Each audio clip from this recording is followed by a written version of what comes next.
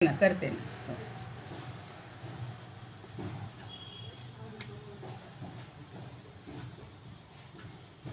श्री गणेशाय नमः.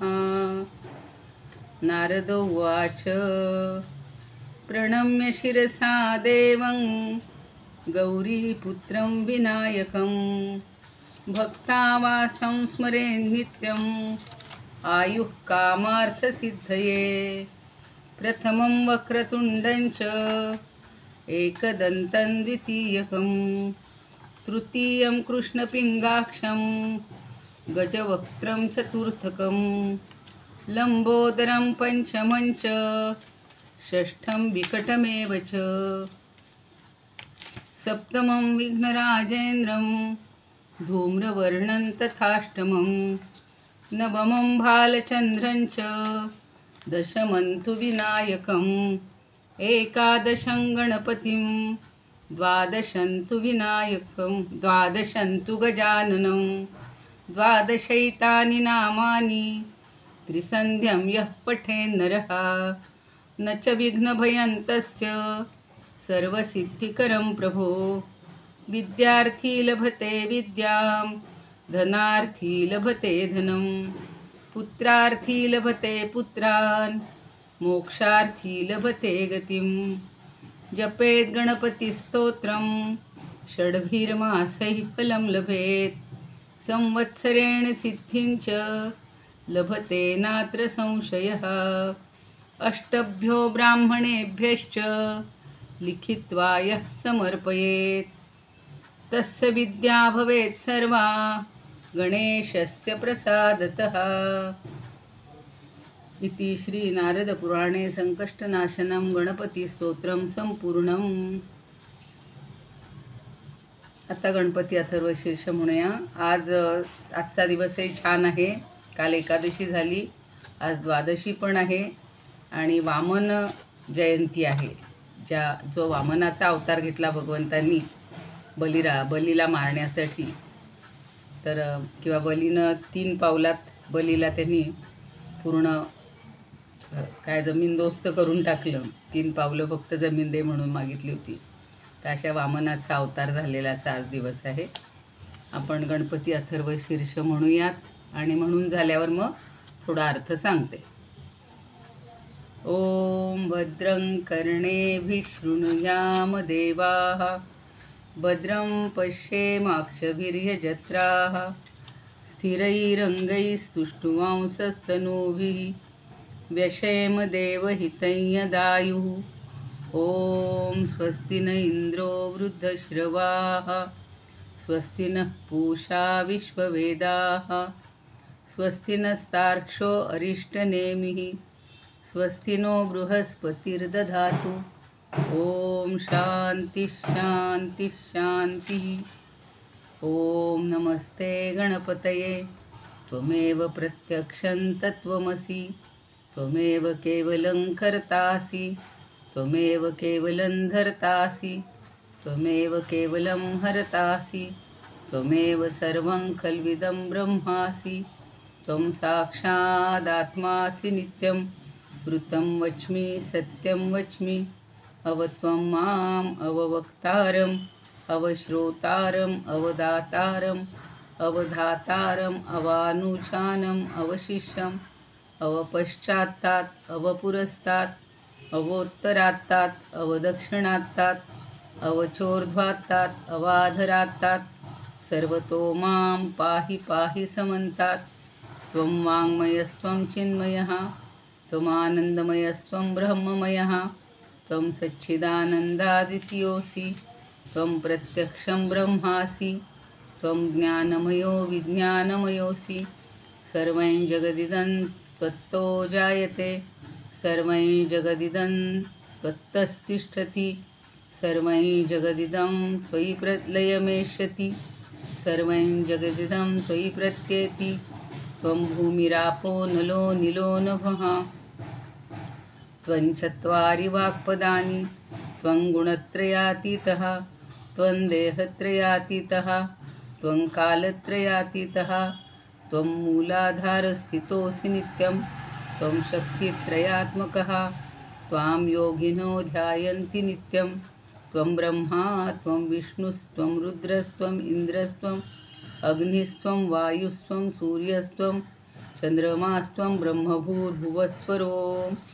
गणादिं पूर्वमुच्चार्य वर्णादिं तदनन्तरम् अनुस्वारः परतरः अर्धेन्दुलसितं तारेण रुद्धम् एतत्तव मनुस्वरूपं। गकारः पूर्वरूपम् अकारो मध्यमरूपम् अनुस्वारश्चान्त्यरूपं बिन्दुरुत्तररूपं नादस्सन्धानं संहिता संधिः। सैषा गणेशविद्या गणकऋषिः निःसृद्गायत्री छन्दः गणपतिर्देवता। ॐ गं गणपतये नमः। एकदन्ताय विद्महे वक्रतुण्डाय धीमहि तन्नो दन्तिः प्रचोदयात्। एकदन्तं चतुर्हस्तं पाशमङ्कुशधारिणं रदं च वरदं हस्तैर्बिभ्राणं मूषकध्वजं रक्तं लम्बोदरं शूर्पकर्णकं रक्तवासं रक्तगन्धानुलिप्ताङ्गं रक्तपुष्पैः सुपूजितं भक्तानुकम्पिनं देवं जगत्कारणमच्युतम् आविर्भूतं च सृष्ट्यादौ प्रकृते पुरुषात् परम् एवं ध्यायत्यो नित्यं स योगी योगिनां वरः। नमो व्रातपतये नमो गणपतये नमः प्रमथपतये नमस्तेऽस्तु लम्बोदराय एकदन्ताय विघ्ननाशिने शिवसुताय श्रीवरदमूर्तये नमो नमः। 10 श्लोक आहेत तसं जर म्हणलं तर मूळ जे आहे श्लोक म्हणजे स्तोत्र आणि पुढं त्याचं फलश्रुती आहे। आपण थोडक्यात अर्थ बघूया, त्याचा भाव बघूया, काय म्हटलेलं आहे, कोणी रचलेलं आहे। तर आपल्याला चारी वेद माहिती आहेत सगळ्यांना आणि अथर्व वेदाच्या परिशिष्ट म्हणजे नंतर काही जोडलेला भाग असतो त्याला खिल असं म्हणतात। तर त्याच्यामध्ये हे सूक्त आलेलं आहे आणि याला अथर्व शीर्ष असं म्हणतात।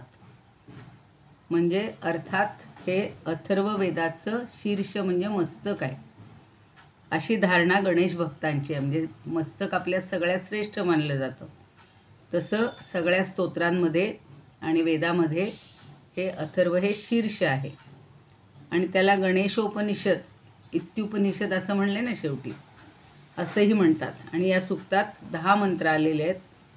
शिवसुताय श्रीवरदमूर्तये नमः असा हा 10वा मंत्र आहे आणि त्या पुढं सगळी फलश्रुती आलेली आहे। तर गणपतीला सगळं मानलेलं आहे, कर्ता धर्ता हर्ता एवढंच नव्हे तर तो साक्षात ब्रह्म आहे आणि गणेशानं सगळ्या बाजूनी आपलं रक्षण करावं म्हणून एक श्लोक खूप छान आहे, तोही आपण डिटेल बघूयात। तर सगळ्या बाजूनी त्यांनी आपलं रक्षण करावं आणि जगताची उत्पत्ती स्थिती आणि लय हे सगळं याच्या आधारावरच होत असतं। आणि निर्गुण ब्रह्माचं जे स्वरूप आहे त्याचं वर्णन केल्यावर 9व्या मंत्रामध्ये त्याचं सगुण रूप सांगितलेलं आहे। म्हणजे तो एकदंत आहे, चतुर्हस्त आहे, पाश अंकुश सगळी शस्त्र धारण केलेली आहेत आणि आरक्त वस्त्र, त्याला लाल रंगाचं वस्त्र आवडतं, परिधान केलेलं आहे आणि गंध ज्यांनी लावलेला आहे असं त्याचं छान सगुण रूप निर्माण केले किंवा उभं केलेलं आहे। आणि अथर्व या शब्दाबद्दल असं म्हणलं जातं की थर्व म्हणजे चंचल, थर्वती म्हणजे जे चंचल होतं किंवा कंप पावतं, त्याचा अर्थ आहे चरती कर्मा तत्प्रतिषेध। म्हणजे थर्व म्हणजे कंप पावणं, अस्थिर होणं, त्याच्या विलट अथर्व म्हणजे जो कधीही चंचल नाही किंवा कंपित होत नाही असं अथर्व। म्हणजे जो स्थायी आहे, त्याची स्थायी शांती आहे, स्थिरता आहे, अखंड शक्ती, या सगळ्या गोष्टी या अथर्व शब्दातून आपल्याला प्रगट होतात असं हे आहे। आणि पहिलं जे आहे ते सर्व देवतांनी ऐकावं त्याच्यासाठी एक मी मराठीतून छान केलेलं होतं। मंगल यावे सदैव कानी मंगल पाहावे नेत्रांनी जन्मभरी तव स्तुती करावी देवा सुदृढ गात्रांनी ओम भद्रं कर्णेभिः शृणुया। म्हणजे आपण कानांनी सगळं कल्याणकारकच ऐकावं। पश्येम अक्षभिः यजत राहा, अक्षभिः म्हणजे नेत्रांनी, डोळ्यांनी सगळं कल्याणकारकच पाहावं. आणि स्थिरैः रंगैः स्तुष्टुवांसस्तनूभिः, तर आपली स्थिर अशी सगळे अवयव आणि आपलं शरीर, म्हणून मंगल यावे सदैव कानी, मंगल पाहावे नेत्रांनी, जन्मभरी तव स्तुती करावी देवा सुदृढ गात्रांनी. सगळी गात्र, सगळे अवयव जर आपले चांगले असतील आणि शतायुषी जर आपण झालो, किंवा देवानी जे आयुष्य दिलं असेल त्यासाठी आपण असं आपल्याला सगळं लाभावं, असा थोडक्यात त्यातला भाव हा व्यक्त केलेला आहे. आणि मग सगळ्या देवतांनी म्हणजे इंद्रांनी आपलं कल्याण करू देत, पूषा म्हणजे सूर्यानी आपलं कल्याण करू देत, विश्ववेद आहे त्यांनी कल्याण करू देत, तार्क्ष, अरिष्टनेमी ह्या सगळ्या ज्या देवता आहेत, आणि बृहस्पती या सर्वांनी आमचं कल्याण करू देत, अशी पहिली ही प्रार्थना असते किंवा मागणी असते. आणि त्यानंतर आता आपण एक एक श्लोक बघूया. सगळ्यांनी घेऊन बसला असाल तर पटकन लक्षात येईल तुमच्या. ओम नमस्ते गणपते. आता त्याला सुरुवातच अशी केलेली आहे की हे स्तोत्र कोणत्या ऋषींनी रचले ते पण एक महत्त्वाचं आहे. ते त्यांचे ऋषी आहेत ते पण अथर्वण नावाचे आहेत. तर अथर्वण ऋषींना गणेशाच्या स्वरूपाचं प्रत्यक्ष दर्शन झालेलं होतं. जसं बुधकौशिक ऋषींना शंकरांनी रात्री स्वप्नात येऊन सांगितलेलं होतं की तू ही रामरक्षा हे स्तोत्र रच. तसं इथे ज्या अवस्थेमध्ये त्यांना स्फुरलेलं हे स्तोत्र आहे त्याच्यामध्ये जगाच्या कल्याणासाठी त्यांनी सगळे हे स्तोत्र सांगितले. आणि कुठल्याही ग्रंथाची सुरुवात ही मंगलाचरणानेच करण्याची पद्धत आहे. आणि म्हणून ओमनी सुरुवात. ओम शिवाय कुठलाही मंत्र हा तशा अर्थानं लंगडा किंवा ती प्रार्थना अपूर्ण राहते. म्हणून ओम हा शब्द आधी म्हटलेला आहे, मग ओम आणि मग ओम शांती हा शेवटचा शांतीपाठ असतो. तर अथर्वण ऋषी म्हणतात की तू कोण आहेस? गणपते. ओम नमः ते. तुला नमस्कार असो. खरं म्हणजे माझ्यानंतर मनात आलं की आपल्याला हरकत नव्हती आपण ज्ञानेश्वरीतली सुद्धा गणेशाची सगळी जी त्यांनी आराधना केलेली आहे ती पण सुंदर आहे ना, त्याची फक्त सुरुवात करूया आपण वाटलंच तर. ओम नमो जियाद्या. काय आज फक्त म्हणूया, उद्या थोडं हा तेच वेद प्रतिपाद्या जय जय स्वसंवेद्या आत्मरूपा. पहिलीच ओळ जी आहे की त्वम एव प्रत्यक्षम तत्वसी. तत्वम असी. तत्व म्हणजे आत्मतत्व, म्हणून ती मला ओळ म्हणावीशी वाटली की तू आत्मरूप आहेस. आत्म्याचं जे आत्मरूप तत्व जे आहे ते तूच आहेस. आणि त्वम एव केवलम करतासी. त्वम एव मुळं जोर दिला जातो. तूच. नुसतं तू करताय म्हणण्यापेक्षा तूच म्हणलं की आपल्याला जास्त जोर येतो, ते ठसलं जातं. तसं तूच प्रत्यक्ष आत्मतत्व किंवा परमात्मतत्व आहेस. तूच करता आहेस. या सृष्टीचं सगळी निर्मिती कोणी केलेली आहे? तूच केलेली आहेस. आणि त्वम एव केवलम धरतासी. धरता म्हणजे धारण करणारे. ध्रुव धातू आहे त्याच्यामध्ये, धारण करणे. त्याच्यावरून धरता, जसं करता तसं धरता. तर तू या सृष्टीला धारण करणारा सुद्धा तू एकटाच आहेस.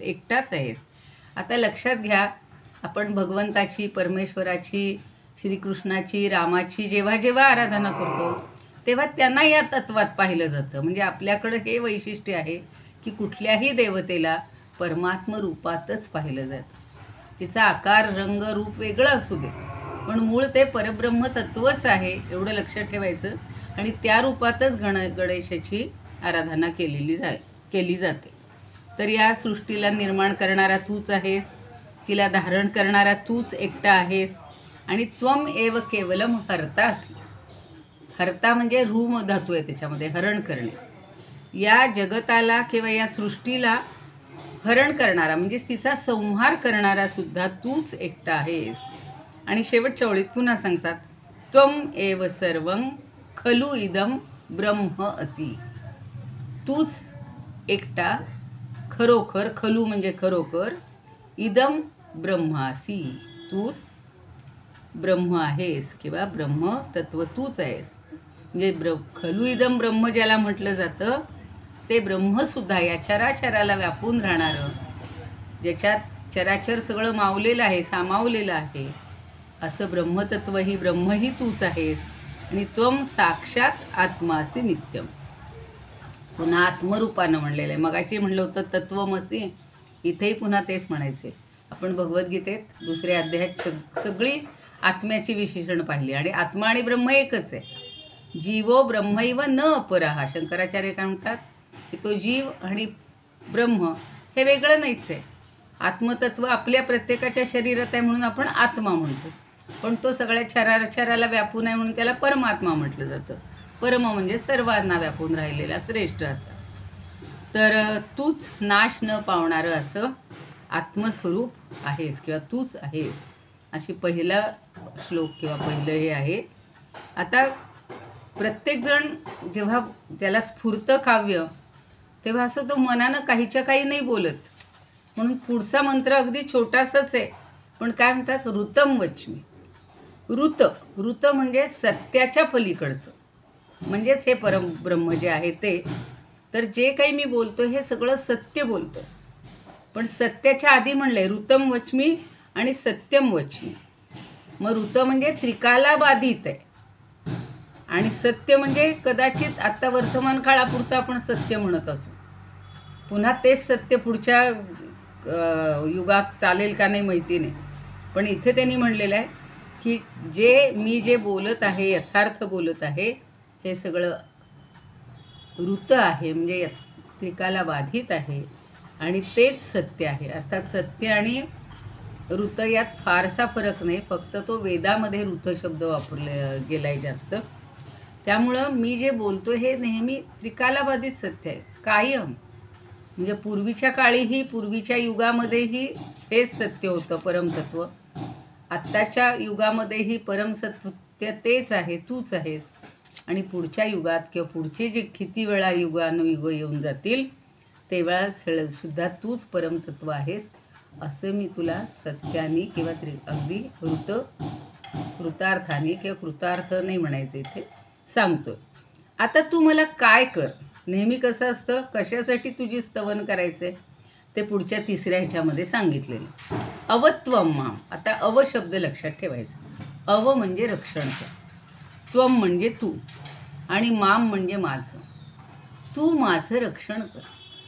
बघा, परमेश्वरानं आपल्याला, तुम्हाला, आम्हाला एवढं आयुष्य जे दिलेलं आहे त्यानंच आपलं रक्षण केलेलं आहे. आणि मलाही आठवतं की लहानपणापासून गणेशाची जरा मनावर जास्त पकड असते, तर त्यामुळं तू आमचं रक्षण कर. माझं माम म्हणलेलं आहे. माम म्हणत असताना सगळ्यांचा त्याच्यामध्ये भाव आहे. तर अवत्वम माम, तू माझं रक्षण कर. अववक्तारम. आता वक्तारम म्हणजे जो कोणी बोलणारा आहे, तुझ्या गुणांचं वर्णन करणारं आहे, म्हणजेच मीच आहे. तर तू माझं रक्षण कर, वक्त्याचं रक्षण कर. अववक्तारम. पुढं म्हणलेलं अवश्रोतारम. आता समजा मी बोलती आहे, पण तुम्ही सगळे श्रोते आहात, फक्त मी माझ्यापुरती मागणी करून चालेल का हो? नाही. म्हणून जे श्रोते आहेत ते श्रोत्यांचं सुद्धा तू रक्षण कर. आणि पुढं म्हणलं आहे अवदातारम. किती छान मागणी केली बघा. जसं आपल्या ज्ञानदेवांनी विश्वरूप प्रार्थना केली विश्वदेवाला, तशीच ही या अथर्वण ऋषींनी केलेली, की जे दाता आहेत, दान करणारे आहेत, सगळं समर्पित करणारे आहेत, तर त्या सगळ्या दाता किंवा दान करणाऱ्यांचं सुद्धा रक्षण कर. अवधातारम. धाता म्हणजे ध्यान करणारा, ध्ययी धातू आहे त्याच्यामध्ये, त्याच्यावरून धाता शब्द झालेला आहे, जो ध्यान करतो तो. तर जो धाता आहे, आता अनेक वचनी आहे बरं का, धातारम, वक्तारम. म्हणजे काय, अनेक जे कोणी तुझं ध्यान करतील त्या सगळ्यांचं रक्षण कर. आणि अनुचान अवशिष्यम. आणि तुझ्या उपासनेची साधनं उत्पन्न करणारा जो आहे त्या माझं रक्षण कर. आणि म्हणजे पुन्हा रक्षण करच सगळीकडे अव शब्द वापरलेला आहे. अनुचान अवशिष्यम. अवशिष्यम म्हणजे अव म्हणजे रक्षण कर, शिष्यम म्हणजे शिष्याचं, म्हणजे गुरूंजवळ सगळं ज्ञान घेणाऱ्या शिष्यांचं रक्षण कर, माझं रक्षण कर आणि तुझ्या उपासनेची साधनं उत्पन्न करतो. त्याचं अव अनुचान अवशिष्यम या 2 शब्दांचा अर्थ. तर जो तुझ्या उपासनेची साधनं उत्पन्न करतोय अशा माझाच अनुचान आणि अवशिष्यम. शिष्य म्हणजे शिष्य, मी तुझा शिष्य आहे. आता आपण गुरुदेवांचं सगळं ऐकतोय, तिथं लागू पडणारं असं हे वर्णन आहे. पश्चात्ताप. पश्चात्तात बरं का, तात कधी म्हणायचं नाही, तो त अर्धा आहे. पण ते गुरु सगळे असे त पूर्ण म्हणत असतात. कदाचित वेदाच्या स्टाईलनं तो त पूर्ण म्हणण्याची पद्धत असेल, पण सगळीकडे पाय मोडलेला म्हणजे तो हलंत्य त असतो आणि त्याचा अर्धाच उच्चार आम्ही तरी योग्य मानतो. तर पश्चात्तात. पश्चात्तात म्हणजे पाठीमागच्या बाजूनं, पश्चिम दिशेनं, पश्चिमेकडनं सुरुवात केली त्यांनी, माहिती नाही का. पश्चात्तात आधी पाठीमागून म्हणजे पश्चिमेकडून माझं रक्षण कर, म्हणजे पश्चिम दिशेकडून रक्षण कर. बघा, जो घाव घातला जातो, आघात केला जातो, तो पाठीकडनं केला जातो. म्हणून कदाचित या अथर्वण ऋषींनी अगदी मन लावून ते डोकं चालवून म्हणलं असेल की पश्चात्तात, पाठीमागून माझं रक्षण कर, पश्चिमेकडून रक्षण कर. आणि मग म्हणतात पुरस्तात. पुरा हा म्हणजे पुढं. आता पुढची बाजू म्हणजे पूर्व दिशा नेहमी, तर पूर्वेकडून पण माझं तू रक्षण कर. मग म्हणतात अवच चोर्ध्वात्ताम. तिथे छोटासा संधी आहे, च ऊर्ध्वात्तात म्हणजे ऊर्ध्व म्हणजे उत्तर, उत्तर दिशेकडून माझं रक्षण कर. दक्षिणात्तात. आता दक्षिण दिशेपासून माझं रक्षण कर. पुढं अवोत्तरात्तात. मी चुकून ऊर्ध्व म्हणली असेल ते क्षमा करा. अवोत्तरात्तात म्हणजे उत्तर दिशेकडून माझं रक्षण कर. अवदक्षिणात्तात म्हणजे दक्षिण दिशेकडून माझं रक्षण कर. अवच ऊर्ध्वात्तात. ऊर्ध्व म्हणजे वर, म्हणजे वरच्या बाजूनी आणि अवाधरात्तात. अधरात्तात. अधर म्हणजे खालच्या, म्हणजे खालच्या दिशेनं खालच्या दिशेकडूनही माझं रक्षण कर, वरच्या दिशेनंही माझं रक्षण कर. सर्वतः माम पाही समंतात. पाही म्हणजे पहा नाही अर्थ घ्यायचा का. जसा अवधातूचा अर्थ रक्षण आहे तसाच पा धातूचा पण अर्थ रक्षण आहे. तेव्हा सर्वतः सगळ्या दिशांनी माम पाही माझं रक्षण कर. समंतात सगळीकडून, सर्व बाजूनी. आपण म्हणतो ना असं म्हणतात सगळा भरून राहिलेला आहे सुगंध, तसा समंतात या सर्व दिशांनी, सर्व बाजूंनी तू माझं रक्षण कर. इतकी छान मागणी मागितलेली आहे. कारण काय म्हणतात ना, शिर सलामत तो पगडी 50 असं म्हणलं जातं. म्हणजे आपण जर आधी सुरक्षित असू तर बाकीच्या हजारो शेकडो वस्तू आपण घेऊ शकतो. आणि भगवंताचं स्मरण करण्यासाठी, भगवंताचं चिंतन करण्यासाठी, भगवंताची उपासना करण्यासाठी हे सगळं मागितलं आहे बरं का. ते भौतिक दृष्टीनं काही मागितलेलं नाही. मला सगळीकडून बघा, आता ते राक्षस कसे करायचे रामाच्या राज्यात, सगळीकडून आघात करायचे, सगळ्या ऋषीमुनींना त्रास द्यायचे. तसं मला कुठूनच त्रास होऊ नये, मला तुझी उपासना करताना कसलीही मध्ये म्हणजे अडचण येऊ नये, कुठलंही विघ्न येऊ नये, संकट येऊ नये, म्हणून तू माझं सर्व बाजूनी रक्षण कर. असं छान तिथे मागणी, म्हणजे ही मागणी मागितलेली आहे. आता चौथा जो आहे तो बघूया. त्वम वाङ्मयः. तर छोटे छोटे संधी आहेत, सगळा स झालेला आहे, विसर्गाचा स. त्वम वाङ्मयस्त्वम चिन्मयः. तू कसा आहेस? वाङ्मय. वाङ्मय म्हणजे वाणीरूप, वाक म्हणजे वाणी, त्यांनी युक्त, मय म्हणजे युक्त, म्हणजे तू वाणी स्वरूप आहेस किंवा वाणीरूप आहेस. त्वम चिन्मयः. आपण म्हणतो ना सच्चित आनंद, त्यातला तो चित्मय म्हणजे चिन्मय, म्हणजे तू चैतन्याने युक्त आहेस, जीवस्वरूपी आहेस. आपल्या प्रत्येकाच्या देहामध्ये एक जीवस्वरूपानं हा परमात्मा राहत असतो. म्हणजे तू वाणीरूप आहेस, नामरूपात्मक आहेस आणि जीवस्वरूपी आहेस, चैतन्याने युक्त आहेस. अजून तू कसं आहे? त्वम आनंदमय, त्वम ब्रह्ममय. परमात्म्याच्या ठिकाणी आपलं मन जडलं की फक्त आनंद, हे विसरून जायचं सगळं दुःख. म्हणून त्वम आनंदमय, तू आनंदमय आहेस, आनंदरूप आहेस. त्वम ब्रह्ममय, आणि तूच एकमेव अद्वितीय ब्रह्म पण तूच आहेस. त्वम प्रत्यक्षम ब्रह्मासी. आधी ब्रह्ममय म्हटलं, नाही अजून राहिलं. त्वम सच्चिदानंदा द्वितीयोसी. इथे 3-4 शब्द आहेत बघा. त्वम सत चित आनंद अद्वितीय असी. 4 गोष्टी आहेत. तू सत्स्वरूप आहेस, म्हणजे सत्य आहेस. चित मगाशी सांगितलं जर चैतन्याने युक्त आहेस. आनंद रूप आहेस, म्हणजे तिन्ही गोष्टी आता एकत्रित सांगतायत. आणि एकमेव अद्वितीय. अद्वितीय असी. तू अद्वितीय आहेस. तुझ्यासारखा या जगात दुसरा कोणीच नाही. असं नाही सांगता येणार की तू आहेस ना तसाच तो अमुक अमुक आहे. नाही, परमतत्व एकच आहे. त्यामुळं तू एकटाच आहेस. या सगळ्या गुणांनी म्हणूया की सगळ्या तत्वांनी युक्त असा तूच आहेस. त्वम प्रत्यक्षम ब्रह्मासी. ब्रह्म म्हणतात ते कोणी वेगळं नाहीच आहे, तूच प्रत्यक्ष आहेस. आपण विठ्ठलाचं स्तोत्र म्हणलं तेव्हाही म्हणतात, परब्रह्मलिंगम भजे पांडुरंगम. रूप रंग आकार वेगळा असू द्यात, पण सगळ्यांमध्ये एकच परमतत्व भरून राहिलेलं आहे. म्हणून जे कोणी आपल्याला असे क्रॉस करत असतात की तुमच्या भारतीयांमध्ये, तुमच्या लोकांमध्ये असंख्य इतके देव असतात, प्रत्येक देव वेगळा, आणि तुम्ही नक्की कोणता देव तुम्हाला धावून येईल, त्याच्यावरून अशा गोष्टी तयार करतात.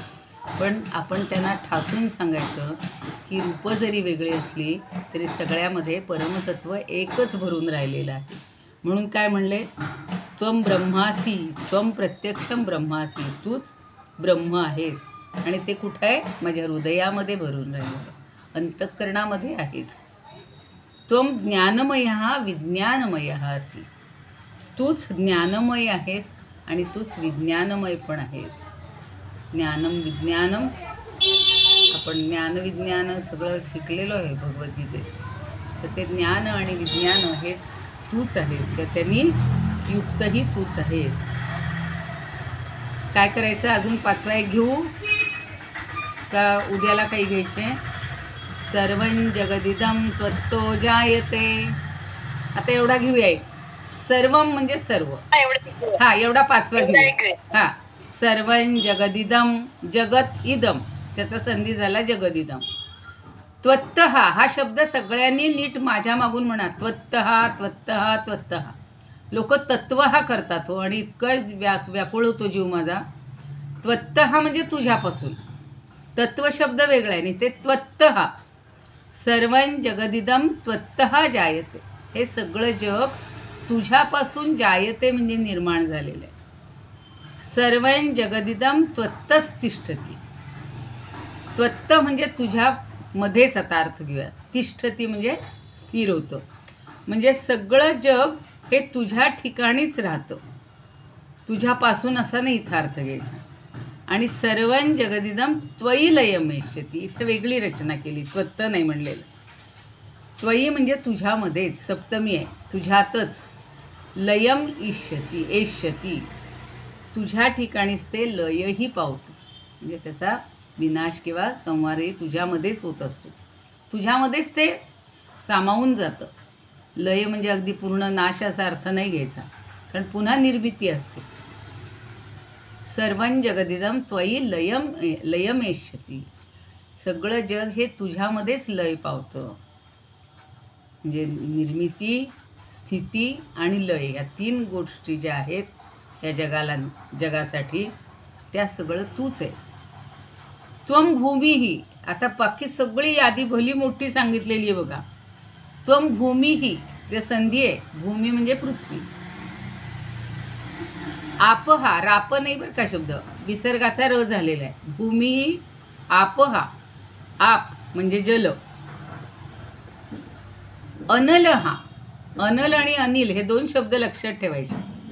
अनल म्हणजे अग्नी आणि वेलांटी आली अनिल की वारा. जे पृथ्वी, आप, तेज, वायू, आकाश म्हणतो ना, ती छान एका ओळीत त्यांनी घेतलेली आहे. त्वम भूमी आपहा अनलहा अनिलहा. आणि नभ पुन्हा म्हणले. नभ म्हणजे आकाश. झाली पाचे पंचमहाभूत. तर तूच कोण आहेस? पृथ्वी तूच आहे, जलही तूच आहेस, अग्नीही तूच आहे, वायूही तूच आहे आणि आकाशही तूच आहे. म्हणजेच ही पंचमहाभूत तूच आहेस.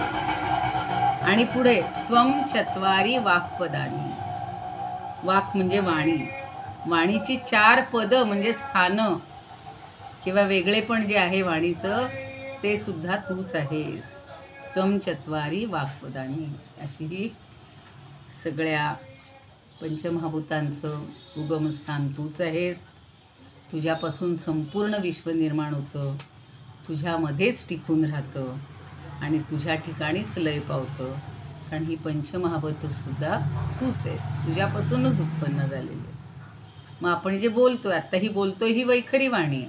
पण परा, पश्यंती, मध्यमा आणि वैखरी वाणीची जी 4 स्थानं आहेत, ती सुद्धा तूच आहेस. तुझ्यामुळंच सगळी आपली म्हणजे बोलण्याची जी शक्ती आहे किंवा वाणीची जी काही शक्ती आहे, ती सगळी तूच आहेस असं म्हटले. आपण 5 घेतलेत आज, उद्या 5 घेऊयात. म्हणजे मग 10 मुख्य, मग कधीतरी फलश्रुती, पण फलश्रुती एका ह्याच्यात सांगता येते.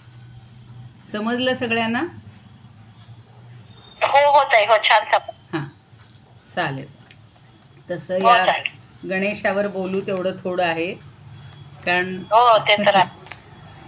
म्हणजे सगळं आपल्याला मूळ मला म्हणून म्हणतात ना, मूलाधार आहे का नाही. पुढं आपण मूलाधार हो. सगळं जी 6 चक्र आहेत त्यातलं मूलाधार चक्र म्हणजे गणेशाचं स्थान असतं.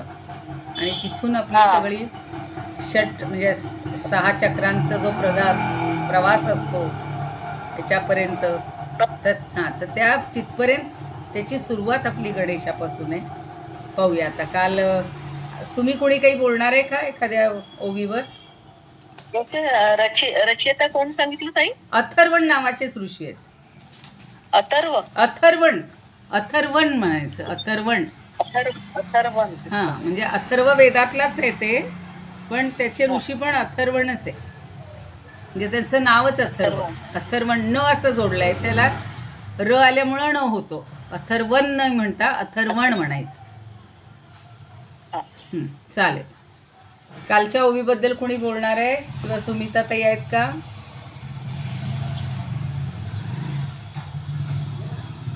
तुमच्यापैकी कोणी सांगते कालच्या ओवीबद्दल थोडंसं? नाही तर मग घेणार नाही. नाही ना, व्यवस्थित नाही लिहिलं. नाही लिहायला वेळ लागतो, ते तर आहेच. बरं ठीक आहे. काल आपण 54-55 घेतल्या होत्या ना, का 55-56 घेतली? 55 चालू होती ताई. हां, म्हणजे 55 थोडी डिटेल घ्यायची आहे जरा. ठीक आहे. आपण असं पाहिलं होतं, छान त्याच्यात कल्पना त्यांनी केलेली होती. 55 मध्ये सख्यत्व, सख्य हा शब्द आपण त्यात पाहिला होता.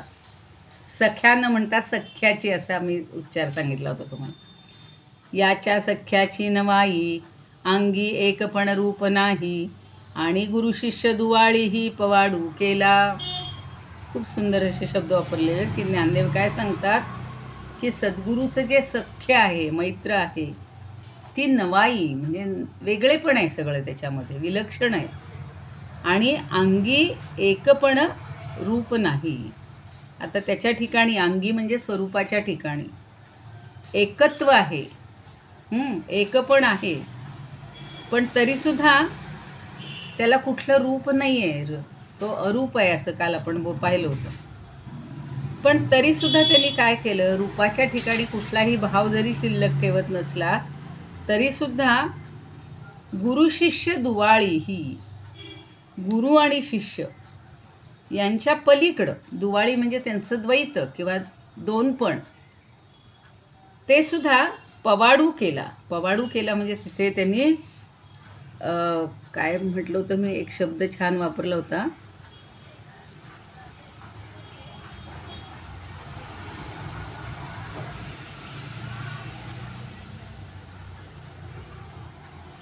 विस्ताराला अवसर दिला. म्हणजे गुरु आणि शिष्याचे जे दोनपण आहे त्याला सुद्धा त्यांनी पवाडू केला, म्हणजे अवसर दिला. शेवटी कसं असतं, माझी तत्त्व माझ्यापुरती असतात. आपण व्यवहारात जगत असताना सुद्धा बघा आपले काही नियम असतात, पण आपण ते इतरांवर लादत नाही तर मग इतरांना त्रास होतो.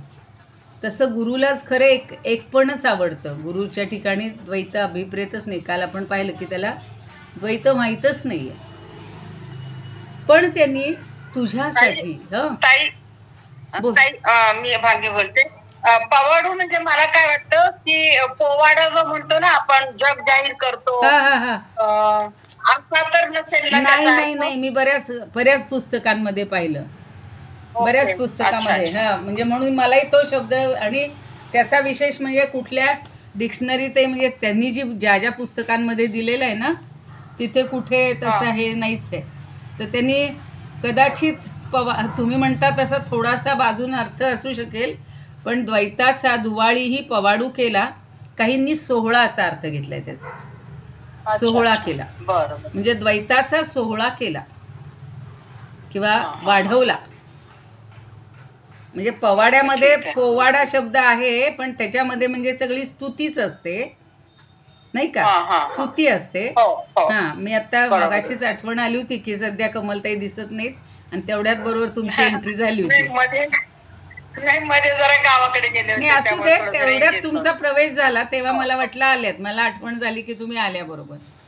नाही, कदाचित आता बघायचं, पण कुठे तसं नाव त्याचं हे दिसत नाहीये.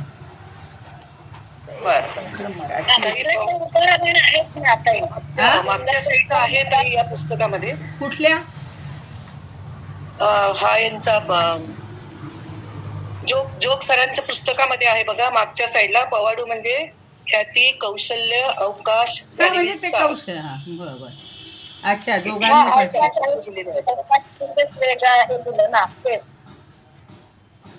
थांबा एकच मिनिट, कारण आता मी डिक्शनरी समोर काढली, म्हणलं सहज चुकून काही. ते पचे पर्वपासूनच शब्द आहेत, पर्व काळ, पर्वणी, पर्वत. अच्छा, जोगांच्या याच्यात तिथे मिळाला ना तो, आणि तेच सांगितलं ना की कौशल्य किंवा ख्याती, कौशल्य, अवकाश किंवा विस्तार. बरोबर, विस्तारच. यांनी गुलाबराव महाराजांनी तो विस्तारच घेतलेला आहे. विस्तार असाच अर्थ घेतलेला आहे. म्हणून म्हणलं ना, प्रत्येक जण जरा वेगळ्या ह्यानी पाहत असतो. ताई आपल्याकडे ते उदाहरण आहेत ना की गोंदवलेकर महाराजांनी ब्रह्मानंदांना सांगितलं ना की एका झाडाखाली दुसरं झाड वाढत नाही.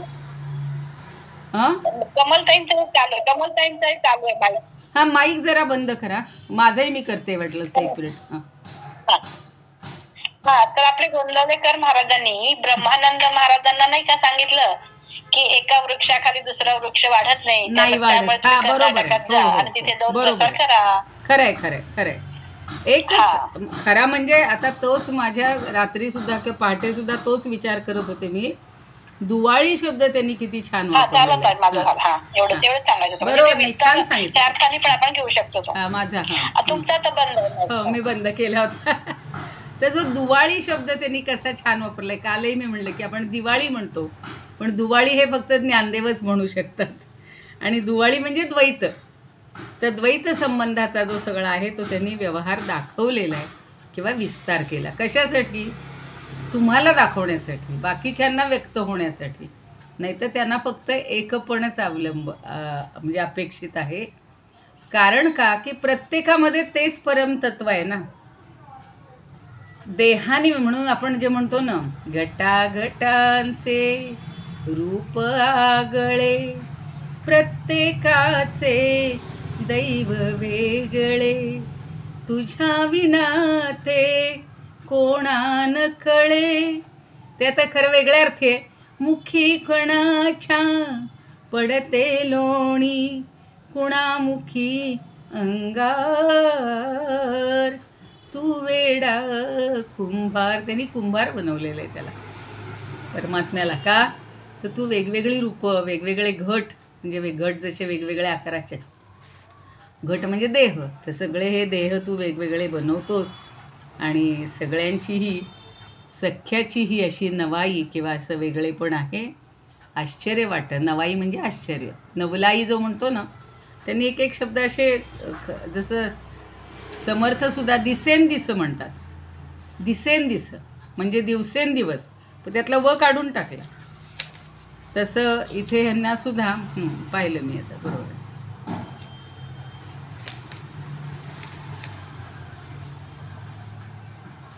तेच ख्याती, कौशल्य, अवकाश आणि विस्तार. तर तू हा विस्तार कशासाठी केलास? म्हणजे त्यांनी परमात्म्यानी, गुरुनी विस्तार कशासाठी केला आहे? ते सख्य वाढावं म्हणून. सख्याचं तुझ्या आश्चर्य, आपण म्हणतो ना, सगळं गूढच आहे तुमचं, काही समजतच नाही. तुमच्या अंतरंगाचा काय म्हणतो आपण, अंदाजच येत नाही. असं होतं. एखाद्याच्या मनात काय हे आपल्याला कळत नाही. पण खूपदा असं घडतं की मला जे वाटतं तेच तुम्हालाही वाटतं. म्हणजेच ती टेलिपथी वगैरे काय म्हणतो हल्ली आपण.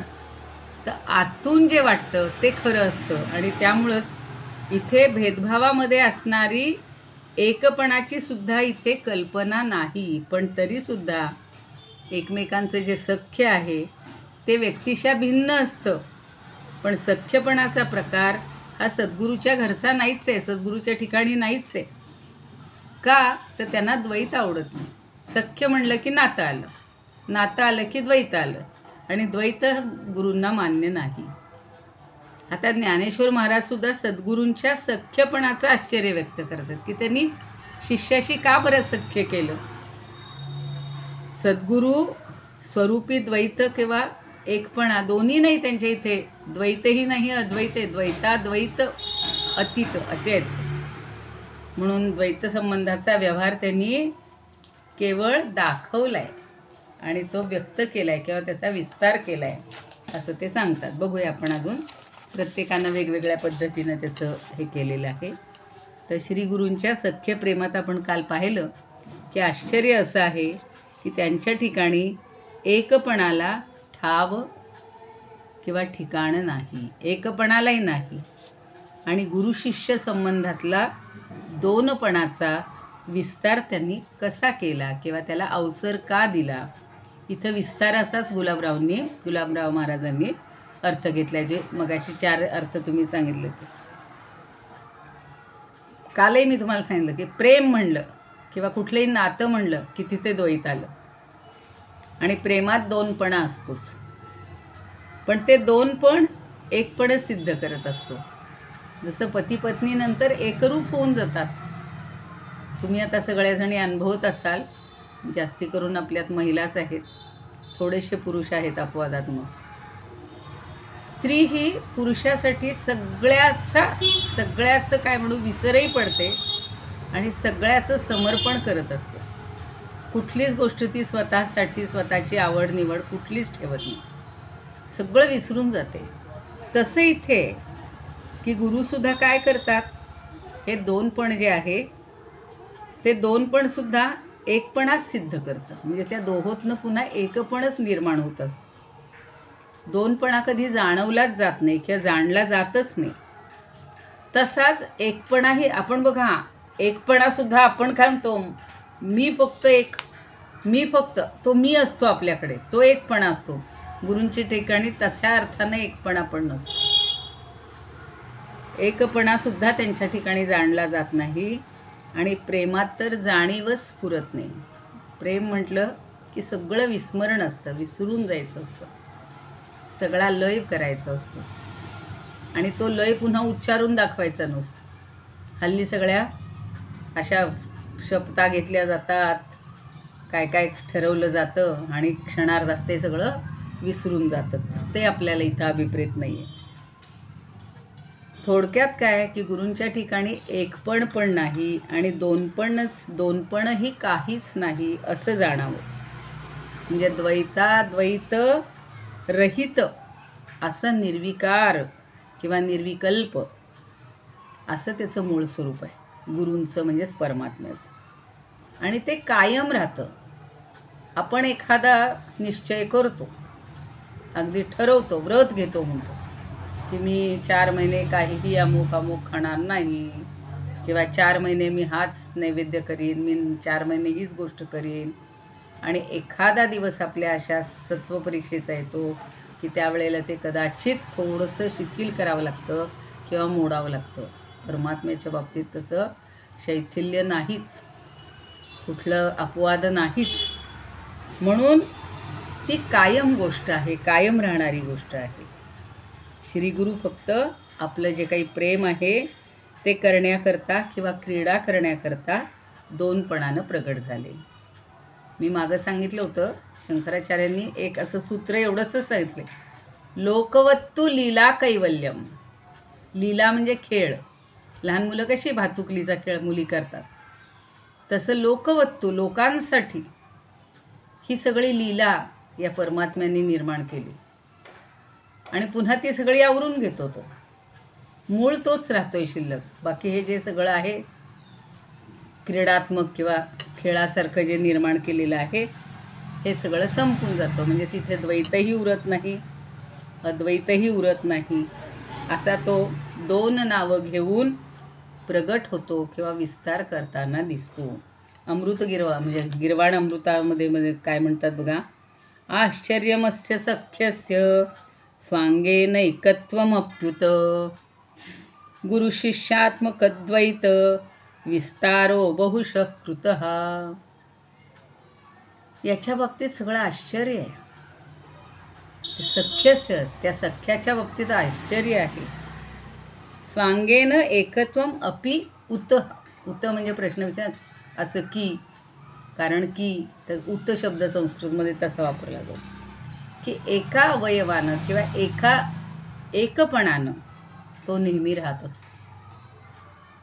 पण गुरुशिष्यात्मक द्वैत विस्तार हा, परंतु गुरु आणि शिष्याचा हा द्वैताचा विस्तार त्यांनी बहुशः कृत, तेवढ्यासाठी केलेला आहे, मुद्दामहून केलेला आहे की गुरु शिष्य सर्वांना समजावेत म्हणून. पण परमात्म रूपानं ते परमात्म तत्व दोघांमध्ये एकच आहे, म्हणून ते खरं एकच आहे.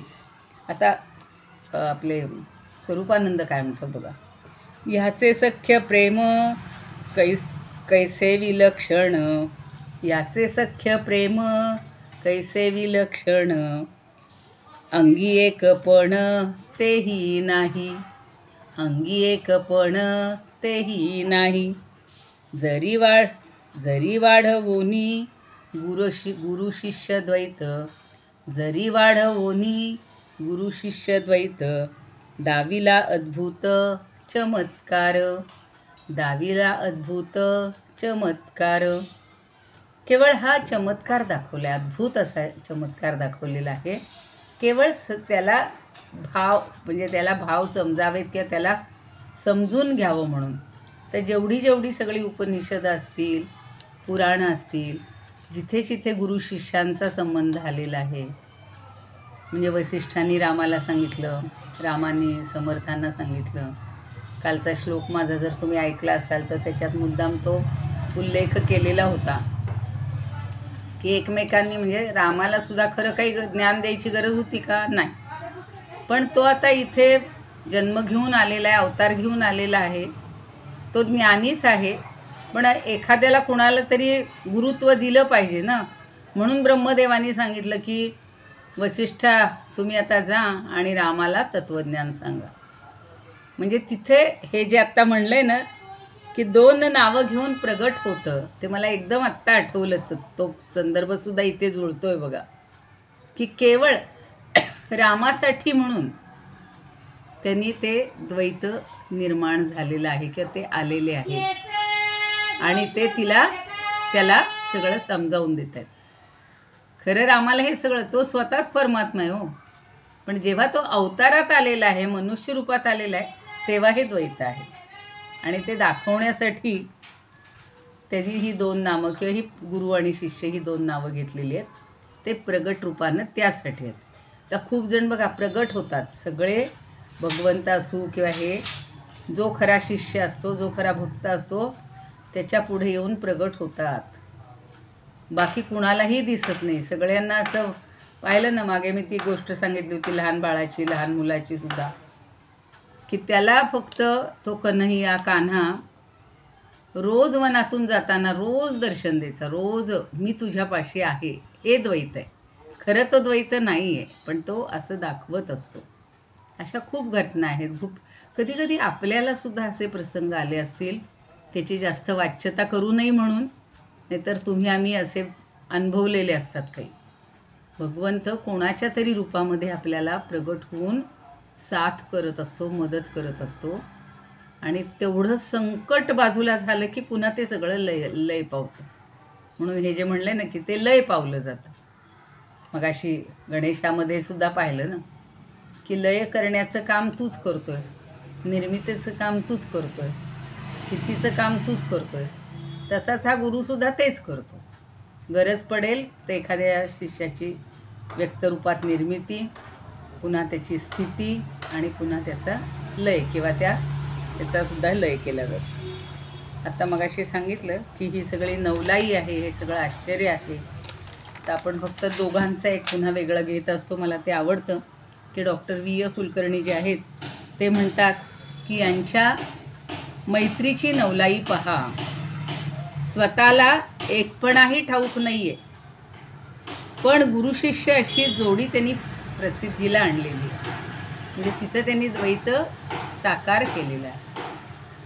आणि डॉक्टर मानसीताई म्हणतात, या सख्यत्वाची नवलाई पहा की त्याच्या अंगी एकपण नाही. तेच शब्द फक्त त्यांनी त्यांच्या काय म्हणू आपण प्रतिभेनं वेगळ्या शब्दात मांडलेलं आहे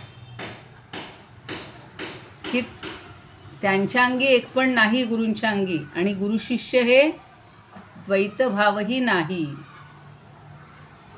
अशी ती सख्यत्वाची अद्भुत यशोगाथा आहे. सख्यत्व म्हणून मी तू पणा हा नसा आहे, नाहीच आहे. मी तू पण हे द्वैत आहे. तसं शिष्य आणि गुरु हे द्वैत आहे, पण ते केवळ काही क्षणापुरतं, काही ह्याच्यापुरतं त्यांनी म्हणून व्यक्त झालेले आहेत. आणि याच्या सख्याचा नवलाव काय सांगावा. साखरे महाराज म्हणतात की एकपणा आणि रूप असं दोन्ही अंगाला लावून देत नाहीत. मला काहीच नाही, आपण म्हणतो मला एकटीला राहू देत, पण ते एकपण सुद्धा त्या गुरुला नको आहे. आणि गुरुशिष्य या द्वैताचं तर सोडूनच, म्हणजे द्वैताचा सोहळा वाढवला आहे. त्यांनी म्हणलं ना, सोहळा शब्द घेतलेला आहे, पवाडू, तर सोहळा वाढवला. म्हणजे लोकांना एक आदर्श दाखवण्यासाठी म्हणून हे असं द्वैत निर्माण केलं असं मला तरी वाटतं. समाजामध्ये जसं कोणीतरी एक आदर्श दाखवावा लागतो ना, सगळं नुसतं वर्णन केलं तर उपयोग नाही. म्हणून समर्थ आपल्याला सांगतात, क्रियेविण वाचाळता व्यर्थ आहे. नुसतं तोंडाने किती बोलतील हो, पण एखाद्या मूर्तिमंत त्याचं मॉडेल पाहिजे असं हल्ली म्हणतात ना, रोल मॉडेल. आमचा नातू इतका खट्याळ होता, पण शाळेमध्ये म्हणे तो खूप चांगला वागायचा. तर ते अगदी पहिलीला किंवा असा बालवाडीत असताना, पहिली दुसरीला असताना त्याच्या प्रगती पुस्तकावर लिहून आलं होतं, Harshan is a role model of school. नाईने डोक्यावर हात मारून घेतला. ती म्हणली, हा रोल मॉडेल मला त्रास देतोय. तर तशा अर्थी गंमत आपली वाटती की म्हणून काहीतरी डोळ्याला पाहिजे, म्हणून हे गुरु आपल्यापुढं साकार होत आहेत. आणि हे गुरु शिष्याचं द्वैत त्यांनी हा सोहळा साजरा केला किंवा वाढवला, विस्तार केला. थांबूया इथेच आता. उद्या 56वी ओवी घेऊ. मग उद्या सगळ्यांना अशीच वेळ चालणार आहे का? आपली रोजची 5ची आहे तीच बरी आहे?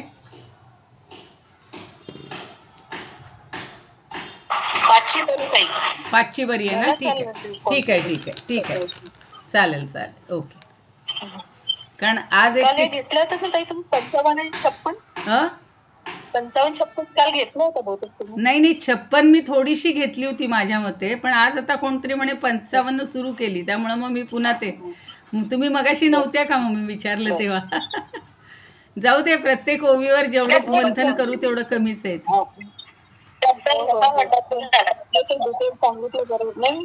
पुस्तक मी काढल्यानंतर मला वाटलं पूर्ण आता घेतलं. अच्छा अच्छा, हा नाही तेच मलाही वाटलं होतं 55 झाली आणि मला वेळ लागला. हा ठीक आहे चालतंय.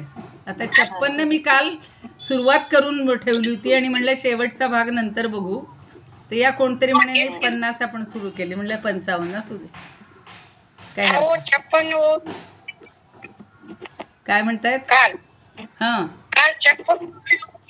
56 ला सुरुवात केली होती म्हणलं डिटेल आपण उद्या बघू. असू द्या, आता पुन्हा आज 55 झाली.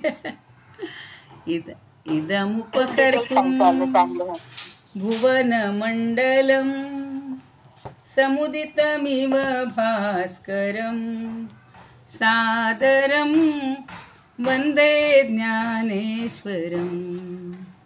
त्रिभुवन माता भगवद्गीता लोकमंगला लोकविश्रुता लोकहितं संततं ध्यायता येन ज्ञानेश्वरी विरचिता श्रुत्वा प्राकृतगिरं सादरं वन्दे ज्ञानेश्वरं सादरं वन्दे ज्ञानेश्वरं.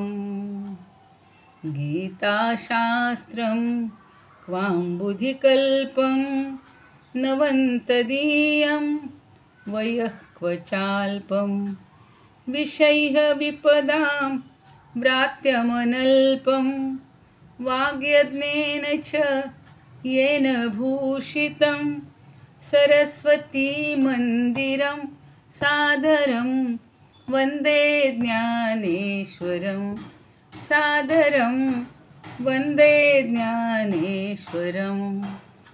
यत्र शारदा कृपाप्रसादः यस्य श्रवणात् परमानन्दः निहितो यत्रामृतनिःस्यन्दः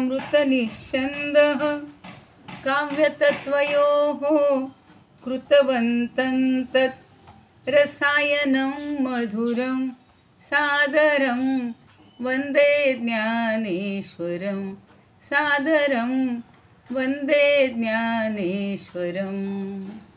आरती म्हणणार आहे कोणी? आरती ज्ञानराजा म्हणू का ताई? म्हणा म्हणा म्हणा. आरती ज्ञानराजा महाकैवल्य तेजा सेविती साधू संत मनुविधाला माझा. आरती ज्ञानराजा लोपले ज्ञान जगी मिळती कोणी.